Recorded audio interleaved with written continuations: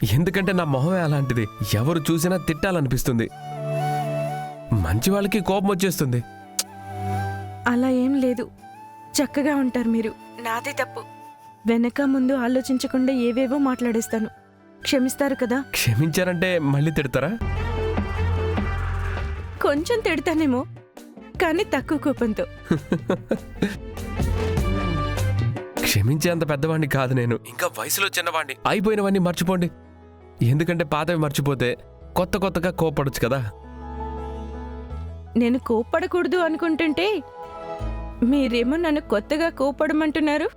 నేను కొంచెం తేడా, మీకు నా గురించి తెలీదు. But I'm really sorry again. చాలా పెద్ద తప్పు చేశాను. ఎంత వీలైతే అంత క్షమిస్తారా? సరే, ఒక సంతాప సభ పెడదామా? ఈరోజు భోజనానికి ఇంటికి రండి. సరే.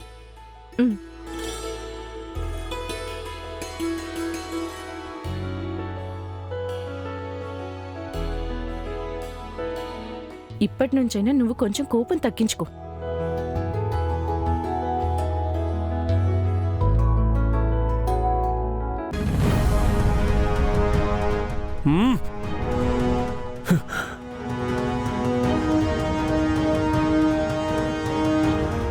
వాడిని మనం ఏమీ చేయలేకపోతున్నాం, కానీ వాడు నా నుండి అమ్మ ప్రేమ, చెల్లి ప్రేమ, నాని ప్రేమ లాక్కుని వాడికి కావలసినంత అనుభవిస్తున్నాడు. అయినా మీరేదో పెద్దోళ్ళు గొప్పగా మాట్లాడారు, వాడికి పెళ్ళే జరగదు, వాడి జీవితంలోకి అమ్మాయే రాదని. ఇప్పుడు నిధి వాడికి ఎంత క్లోజ్ అయిందో మీకు ఐడియా ఏమైనా ఉందా? చూడండి, రేపు తనొచ్చి ముంగిట్లో కాలు పెట్టి షేరు తంతే చెల్లా చెదరయ్యే బియ్యం డైరెక్ట్గా మన నోట్లో పడుతుంది. చాలు నోర్మోయ్.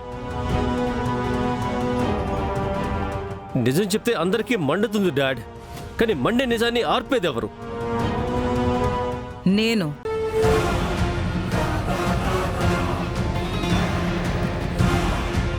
ఎలా అని ఆశ్చర్యంగా ఉందా? నువ్వు వాడు టాస్ గెలిచి బ్యాటింగ్ చేస్తే ఎక్కువ రన్స్ తీసి ఓడిస్తాడని ఆలోచిస్తున్నావు. కానీ నేను బాల్ వేసే బదులు బాంబు వేస్తే బ్యాట్స్మెన్ ఎక్కడుంటాడు? ఏమంటున్నావు అత్త? ఈరోజు సాయంత్రానికి ఆ నిధి కర్ణ లైఫ్ నుండి పర్మనెంట్గా దూరం అవుతుంది. దూరం అంటే? వేరే ఎవరిను పెళ్లి చేసుకుని అతని భార్య అవుతుంది. So Karna life back to normal. అన్ని ఖాళీ ఖాళీ.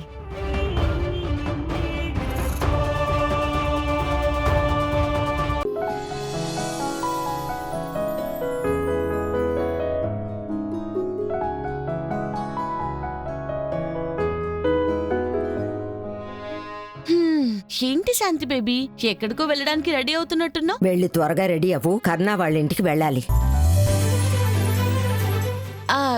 ఎక్కడికన్నా? ఎన్నిసార్లు చెప్పాలి నీకు, ఎక్కడికైనా వెళ్లే ముందు ఎక్కడికైనా అడగకూడదని? అర్థం కాదా? వెళ్ళి రెడీ అవ్వు, కర్ణ ఇంటికి వెళ్ళాలన్నాను కదా. Krishna Krishna, thank you so much. కానీ అయినా ఒకసారి కన్ఫర్మ్ చేసుకుంటాను. శాంతి, మనం నిజంగానే కర్ణ సార్ ఇంటికి వెళ్తున్నామా? అయ్యో రామా, అడిగిందే అడిగి నాకు తలనొప్పి వచ్చేలా చేయకు. వెళ్ళి రెడీ అవ్వు, వెళ్ళాలి. నిత్యా, రామ్మా, మన ఇద్దరం వెళదాం. ఇది రాకపోతే పోనీలే. అయ్యో శాంతి బేబీ, నేను ఇక్కడ రానని చెప్పాను. చిటికి వేసే లోపు రెడీ అవుతాను చూడు. శాంతి, నిన్ను వదిలిపెట్టి నేను ఎక్కడికైనా వెళ్ళానా? నువ్వెక్కడికి వెళ్ళినా నీతోనే వస్తాను కదా. మీరు వెళ్ళండి, నేను రాను. నేను లచ్చితో అందరం వస్తున్నావని చెప్పేశాను. వెళ్ళి రెడీ అయ్యిరా, వెళ్ళొద్దాం. లేదు శాంతి, ఈరోజు అయ్యింది చాలు. నేనెక్కడికి రావట్లేదు. కొంచెంసేపు నేను ఒక్కదాన్నే ఉండాలి అనుకుంటున్నా.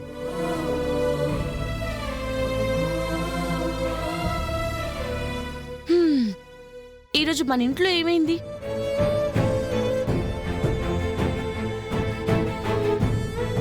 ఏమీ కాలేదు, నువ్వు వెళ్ళిరా.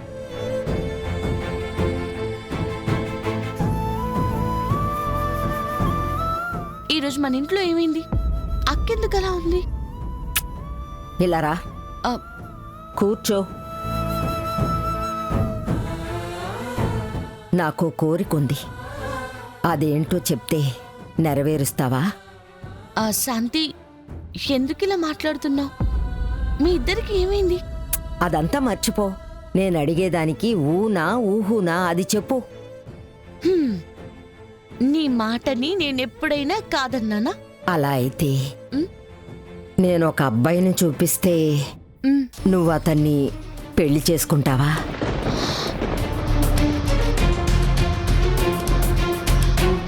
నాకింకెలాంటి ఆశ లేదమ్మా, ఇదొక్కటి నెరవేరుస్తావా?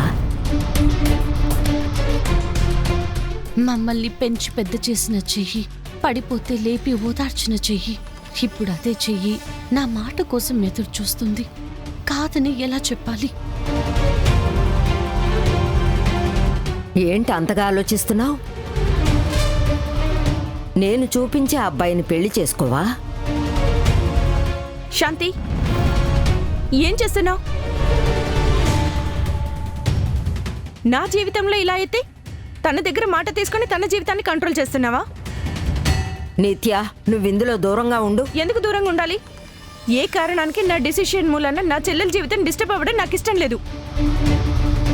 నా దారి నేను సరి చేసుకుంటాను, నువ్వు ఇలా చేయొద్దు.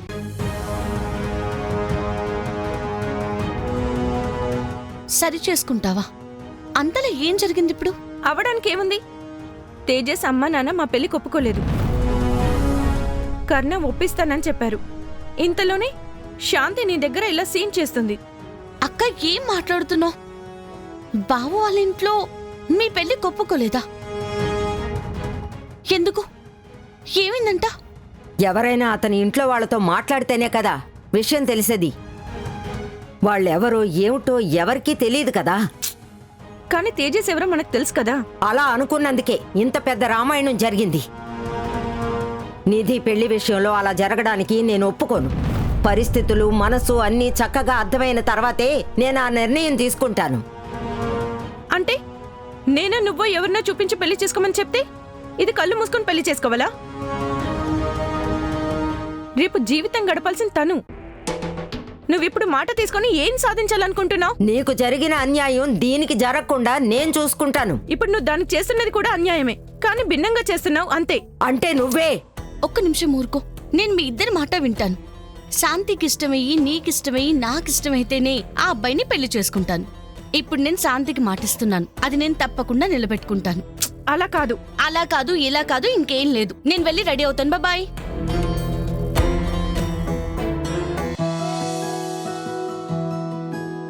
ఫస్ట్ టైం నేను మా అత్తారింటికి వెళ్తున్నాను.